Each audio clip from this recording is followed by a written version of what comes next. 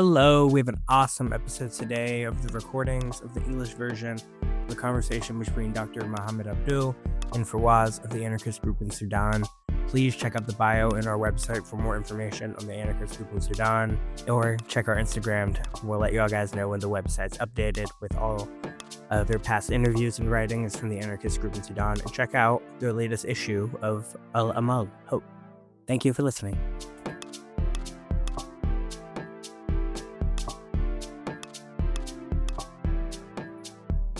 This is the Dugout.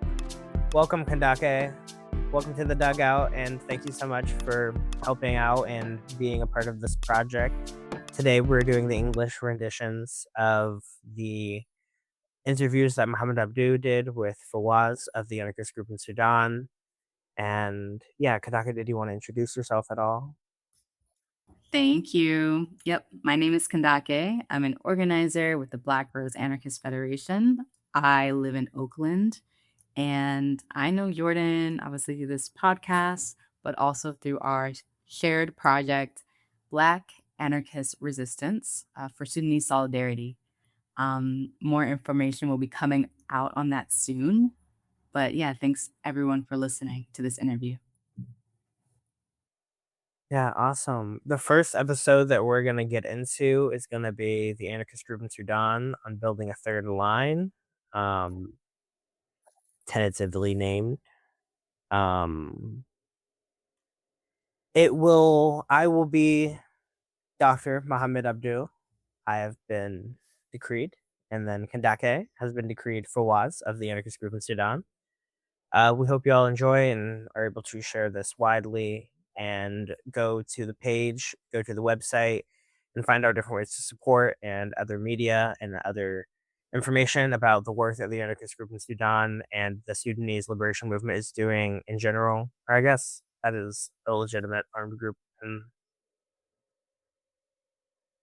the Sudanese revolutionary movement in Sudan is doing to support the liberation and freeing of our homies and comrades all across the world. Yeah, Kandake Fawaz starts this, so I parody you. I can only say that Sudan is descending further into the abyss every day. I would start from the last point Dr. Mohamed Abdou has discussed. As we know, the war in Sudan started on April 15th between the Army and the Rapid Support Forces, RSF, which had been part of the regime. There was a rapid escalation of events that led to the division of the Sudanese society into two parts: politically, socially, geographically. One part supports the current state, represented by the army, and another supports the RSF. The turning point in Sudan's war, which led to a major transformation and fracture in the structure of the state, which I describe as authoritarian and miserable, is that an internal force split, turning the conflict into a war between two military forces with regional backing, for similar reasons that are essentially the same as those that led to the creation of the RSF and their existing regime. The fall of El Fasher was also a turning point into the war, as it was part of a political equation tied to Sudanese society, which is internally divided into tribes. Each faction within these tribes controls a specific group.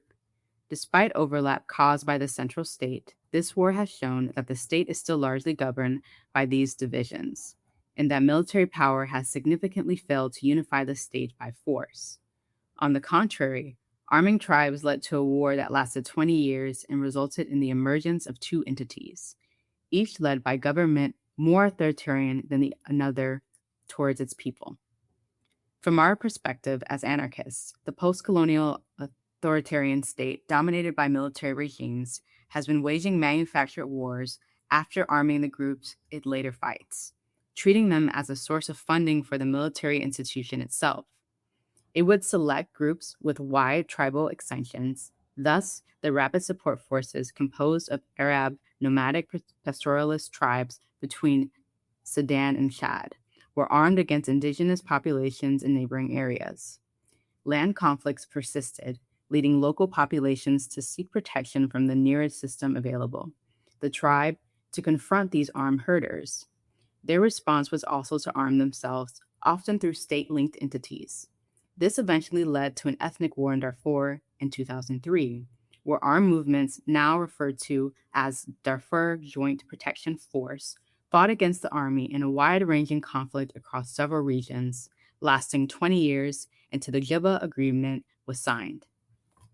After that, the government sought another war, continuing to fight armed movements using what was known as the Border Guards or the Janjaweed after the Juba Agreement.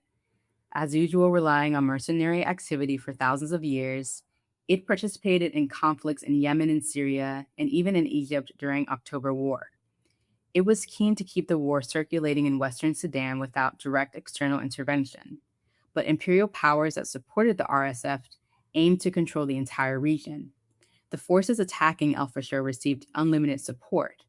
The war shifted between being investment driven to a regional war over resource control.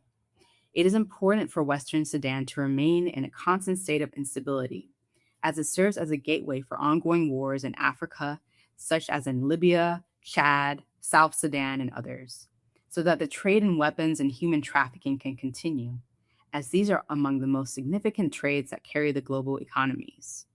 I do not see Sudan as currently threatened by partition, because that does not serve the interests of the state involved in the war. In any case, these states benefit from Sudan's resources. For example, the Sudanese government still exports gold to the UAE.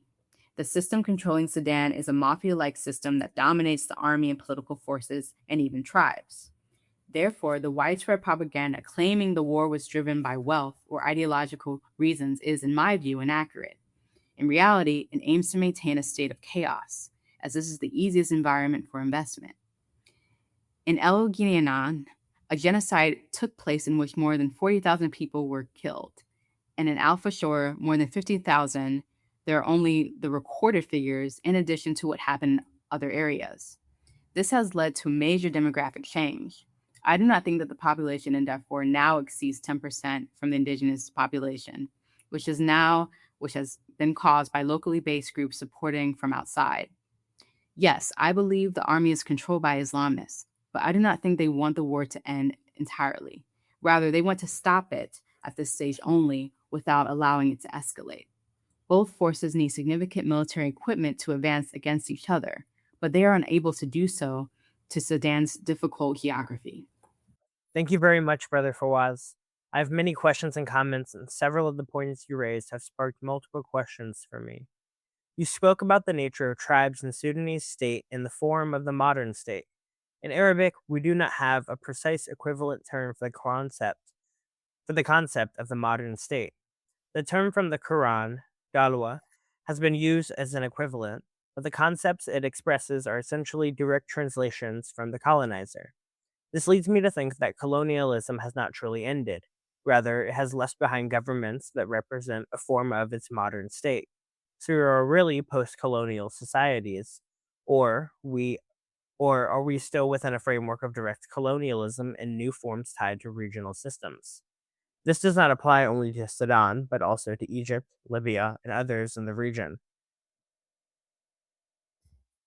It occurred to me that the modern state reinforces authoritarianism within societies, as well as consumerism, identity politics, and the divisions we create among ourselves that fragment our communities. It has also taught us to internalize the idea of white supremacy. Colonialism has relied on the concept of the modern state and capitalism worldwide since 1492. The settler colonial system in the United States and Canada, which has not been fully completed, as well as slavery, which still exists, are examples of this, which is why movements like Black Lives Matter and Black Spring emerge.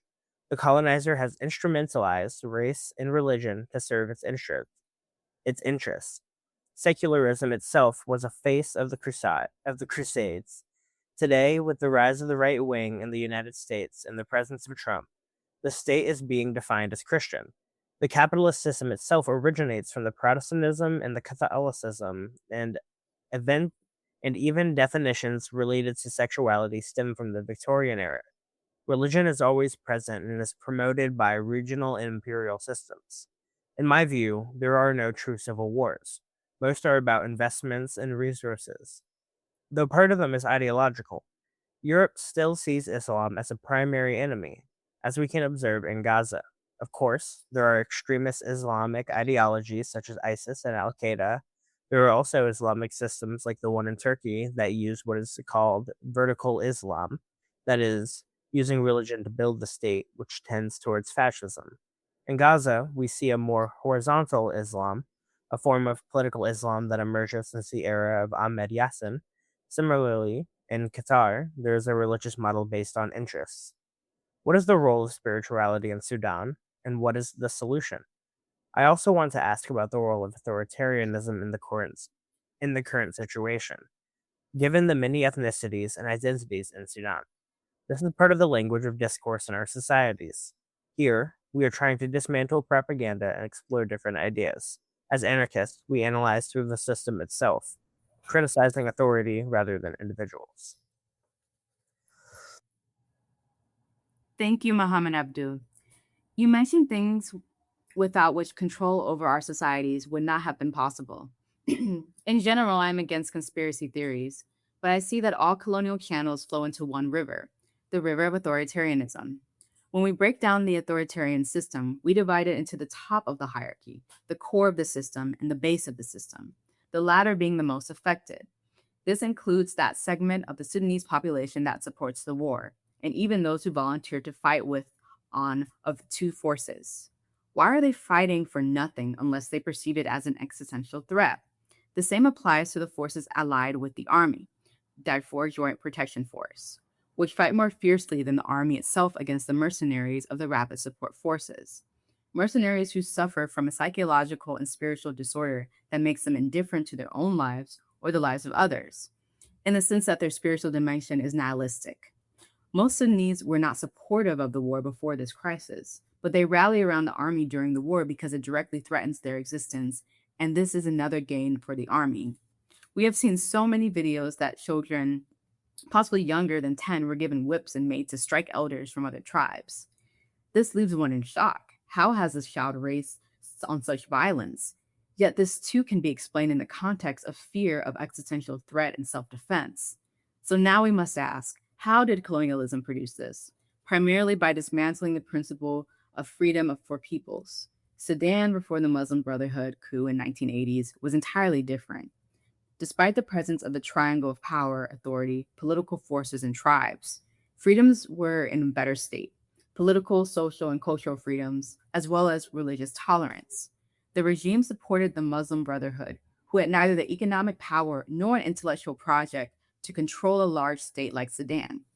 I have no issue with Islam or any spiritual cultural belief, but the problem arises when it becomes an authoritarian project. The Muslim Brotherhood imposed laws that served their hold on power in the name of Islam, enforcing them since the 1980s and spreading them through fabricated propaganda to distract the population from real issues and resistance. Another image that the regime projected to the people was that it was resisting forces greater than itself, global powers. We see a similar narrative now in the Sudan's People Liberation Movement, the SPLM, which allied with the Rapid Support Forces for what is, relatively speaking, a trivial goal: secularism. Yet they fully understand that the Rapid Support Forces cannot implement this, conceptually, economically, or politically. On the contrary, the Sudanese people are, at their core, secular as long as religion is not imposed on them. This is indeed a paradox, but the SPLM, to align with the Rapid Support Forces, reflects the nature of the conflict in the region. The regime used to kill the people of that region on a religion-spiritual basis, while the Qawali system, Quran teaching schools, had maintained stability for a long time, especially in Darfur, was where Islam first entered Sudan. These institutions served as guardians for those without support. People would eat, drink, and grow up there, and even marry through their sex. Then intense violence emerged, and individuals began to seek death in a particular way to prove their existence. This is the martyrdom. One fights another who believe in different religion to become a martyr, and this exists within the spirituality of all the warring sides. Why is it called the War of Dignity, when there is no dignity in Sudanese people killing each other? So where do these concepts come from? They do not emerge from nothing, but from the construction of illusions to legitimize this war, whose real outcome is division. Now in Sudan, no side allows components of the other side to remain in the same area. I think I may have gone on too long, Dr. Mohamed Abdou.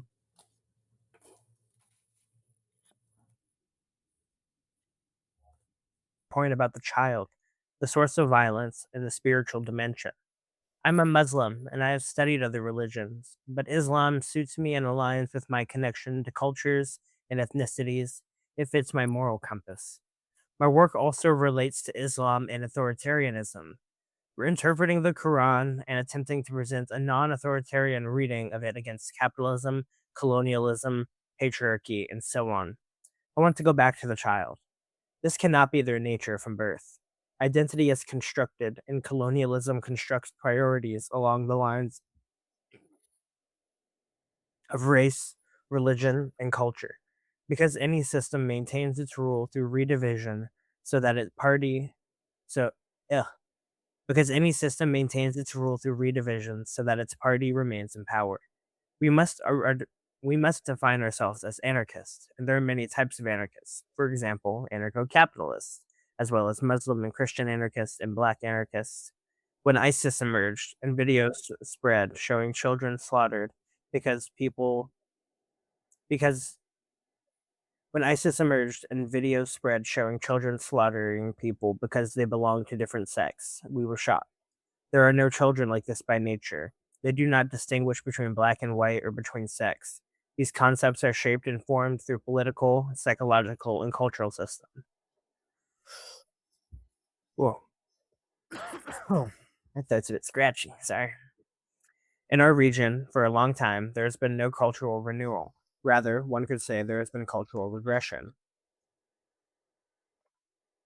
And now we are in the age of artificial intelligence, AI, where there is a serious threat to truth and also a threat to identity.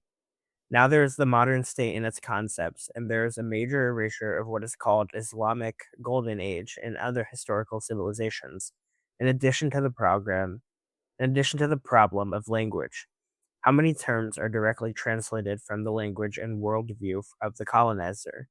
There's also a weaponization of concepts such as feminism and LGBTQ communities framed as a part of the project of civilization and liberation, as if we do not have our own emancipatory cultures. The categorization that takes place, in my view, is more connected to patriarchy than to religion. For example, Ibrahim Traoré, I think, in Burkina Faso, imposed sanctions on LGBTQ communities under colonial conditions. Can that be a priority in such a context? This is a part of what could be called the impurification of society, something that has occurred historically. There is no pure African society or pure Muslim society. There are always interactions and mixtures. What happens to the child being threatened if they do not kill? They will be killed.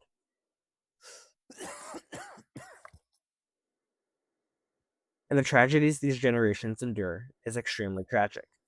Children are children, women are women, and the elderly are the elderly. Their rights should not be violated, yet they are constantly violated under various justifications. There is a blurring in the moment we are living in between information and knowledge. In my view, capitalism cannot be separated from the modern state. There may be contradictions in the short term, but in the long term, their interests align. Tech companies' interests are not different from those of Trump, who claim he wants to clean up the state, while he himself is part of the accumulated bourgeois structures that weigh heavily on their own society. This always repeats itself. Any group can reproduce authoritarianism, even if its goals are noble, even us as anarchism. For me, I do not say I want to say For me, I do not want to say secularism because it is tied to the modern state. Rather, I would say pluralism, which existed before colonialism, allowing for a degree of freedom, interaction, and dialogue. For example, during the Umayyad and the Abbasid caliphates, although I have issues with this term, rule was not fully centralized, but rather closer to a decentralized system. If you did not like the situation in Baghdad or Egypt, you could move elsewhere. There were no rigid borders or centralized capitalism. You could even resist oppressive authorities.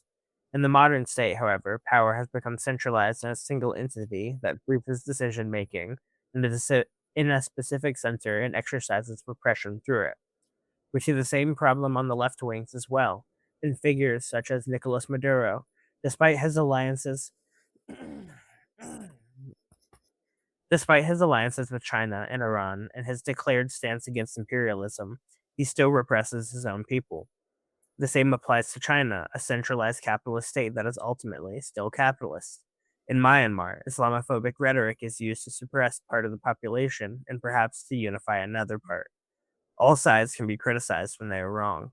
Unfortunately, many leftists do not criticize those who represent them due to the many threats they face. So they avoid criticizing countries like China and Russia. But are the actions of Russia and China in Africa truly in Africa's interests? Of course they are not. Of course not. They are part of the pursuit to become global powers, a form of soft capitalism or soft colonialism. Unfortunately, there is a binary, either or mindset among leftists in America and Europe, as well as in our region. This became clear during the Arab Spring, when some of the revolutionary socialist currents in Egypt sought to reach power in order to establish secularism. Yes, everyone in Tahrir Square was engaging in dialogue. The Muslim Brotherhood were the most organized and closest to power, but indeed everyone was present: liberals, socialists, anarchists, and others. However, we did not ask each other the practical questions. How will we eat? Where will we get medicine? Where do we dispose of our waste? And how will we deal with one another? Also, from a spiritual Islamic perspective, for me, Allah does not change the conditions of people until they change what is within themselves. So is the individual ready to change their way of life? The issue is not only about systems, but about understanding how to build societies. In reality, we do not even know what unites us or what we are fighting. What is happening in Gaza and what is happening in Sudan has shattered the illusions of international law. As for Sudan, the lack of attention to what is happening there, I believe part is linked to an anti African sentiment, and another part is the historical place of Palestine in global consciousness. What we see today in America is the reconstruction of a Christian identity for a settler entity. Within an extremist Christian narrative as within an extremist Christian narrative with a Masonic character seeking to accelerate the course of the world. What a sentence. For all the reasons, I see the spiritual dimensions as important in interpreting what is happening in Gaza and across the world. The anarchist movement in Sudan is undoubtedly going through a difficult phase. What is the state of the movement? How do you see the situation in Sudan now? And how can we support you? I think I've already answered a lot of your questions in the previous podcast. I have no problem talking about our ideas, orientations, and what we always need, but I believe today's discussion mainly revolves around the core concepts on which our ideas are based and how we see the world. Simply put, we believe in our convictions.